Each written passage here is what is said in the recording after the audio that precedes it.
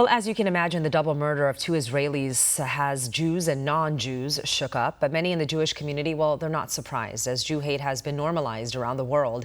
To talk more about this, I want to bring in Rabbi Yaakov Menken. He is the executive vice president of the Coalition for Jewish Values, an organization that represents over 2,500 traditional and Orthodox rabbis. Rabbi, good to see you, obviously not under these circumstances. I also want to start off by congratulating you for being appointed by President Trump to serve on the Religious Liberty Commission as a board member. I'm devastated by this double murder, but what did we think was going to happen when we've allowed, globalizing the Intifada to be mainstreamed? We've allowed this Free Palestine movement to fester Jew hate. Jews have been shouting from the rooftop. By the way, the man who was killed, Rabbi, is a Christian. That's correct. He is a Christian of German origin who fell in love with Israel. That's, that which tells its own story, because he was still murdered for being perceived as a Jew, whether or not he was. Right, exactly. So this is not about freeing Palestine or helping Gaza, because this happened right outside a Jewish museum. It never had anything to do with freeing Palestine. This entire indoctrinated narrative told on college campuses and in the streets is completely obscene. The idea that, Israel is, first of all, the only free country in the Middle East.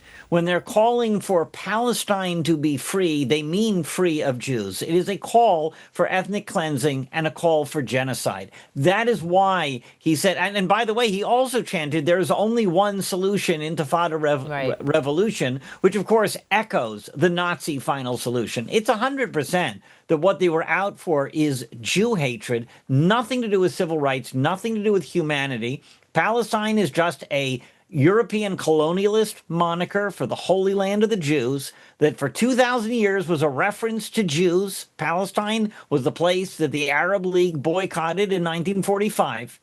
But now, like a hermit crab picks up a discarded shell, Yasser Arafat picked up the name Palestine and now claims that Arabs are the Palestinians. This is an obscenity for anybody who actually learned history. Yeah, I mean, this event that was happening in D.C. was actually about ways to help Gaza, right? So if this monster who killed Jews and a non-Jew really cared about Gaza, he knew what, he would have known what's going on. Do you believe we're seeing a broader movement that is radicalizing people, especially young people, to hate Jews? The stuff we're seeing on college campuses, on our streets, our mainstream media, all the lies. When you have the mainstream media saying just a few days ago, by the way, in the next 48 hours, 14,000 children are going to die.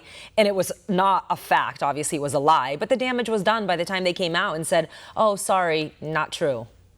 Lies travel around the world while the truth is still getting its shoes on. Right. They say that. And that, is nowhere more evident than in the fight over Gaza. If these people had a shred of decency, they would be calling for Hamas to release the hostages. At that point, all of this so-called killing and this so-called genocide would miraculously stop.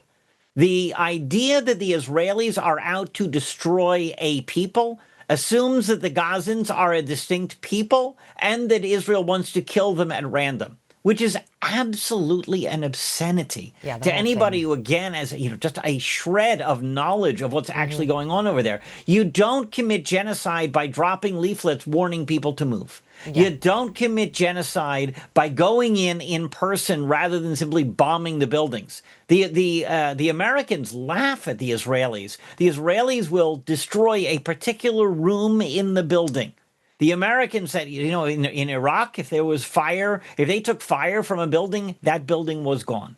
Well, and the Israelis don't operate that way. And what's happened, with mainstream media, how they, misrepresent conservatives. It's the same thing that's happening with, the Jews. There's video online showing that there is no genocide in Gaza. There's also no, people are not starving. They have, food all over the place. But the mainstream media wants to just ignore these facts. They do it all the time. I want to ask you this, Rabbi. The problem many see is that killing Jews is a political issue. This is a civil rights issue. You mentioned this at the beginning of the segment.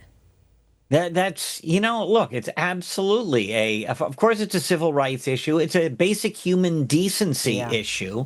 But one of the traits of anti-Semitism, as Lord Rabbi Jonathan Sacks pointed out to the House of Lords in his lifetime, is that Anti-Semitism will always appeal to the highest ideals of a society. If that was religion during the Middle Ages, if that was science, and by the way, it was considered a scientific thing to study how to be a racist in Germany.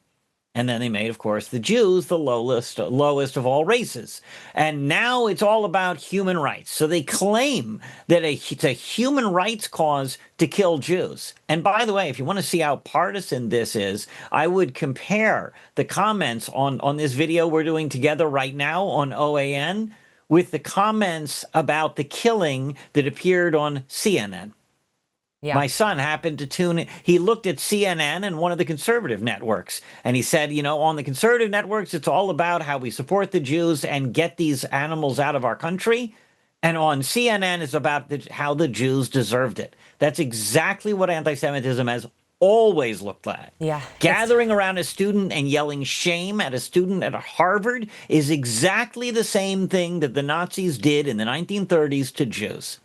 Yeah, and now we're seeing it on our streets as well. We're seeing it at our university. I mean, imagine being a student there.